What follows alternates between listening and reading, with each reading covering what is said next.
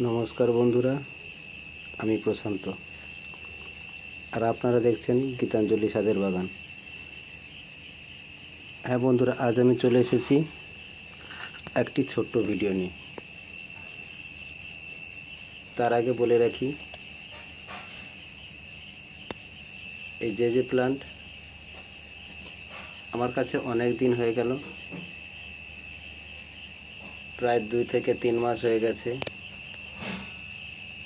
গাছগুলি ছোট ছিল, আমি রিপোর্টিং করিনি। আজ আমি রিপোর্টিং করব চলে এসেছি। দেখুন বন্ধুরা, গাছগুলি একদম ছোট পটে আছে এবং পটের তুলনায় গাছগুলি খুব বড় হয়ে গেছে। গাছগুলিকে আমি আজ রিপোর্টিং করব।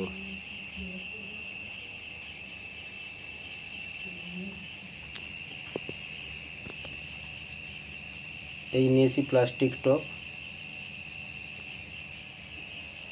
দুটো গাছে 2টি টব, সঙ্গে কিছু ঔষধ রেখেছি। এইগুলো আমার রিপোর্টিংয়ের সময় কাজে লাগে। এই হলো ত্রিশূল কোম্পানির নিমখোল।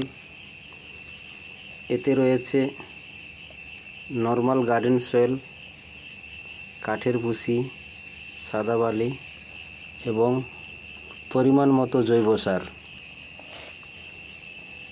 এই নিয়ে নিয়েছি রুট হরমোন।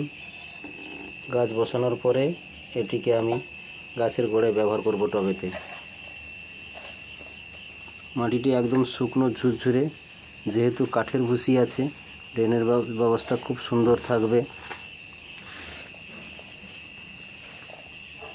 নিম খোল একটু দিয়েছি, জৈব সারের মিশ্রণ দিয়েছি, আর একটু দিয়ে দেবো আমি। এতে হাড় গুঁড়ো, শিংকুচি সব রকম আছে। হালকা সুফলা আছে, হালকা একদম অল্প করে সুফলা আছে। ব্যাস, এই আমার মিডিয়া তৈরি হয়ে গেল। এবারে আমি রিপোর্টিং করব। হ্যাঁ বন্ধুরা, সঙ্গে থাকুন, দেখতে থাকুন, পারলে একটু ভালোবাসা দেবেন। দেখুন বন্ধুরা, আমি গাছটিকে পট থেকে এক্ষুনি বার করেছি। কি সুন্দরভাবে রুট বাউন্ড হয়ে গেছে দেখুন। একে আর ওই ছোট পটে রাখা যাবে না। এবারে আমি এই 6 ইঞ্চি টবে করে চেঞ্জ করব।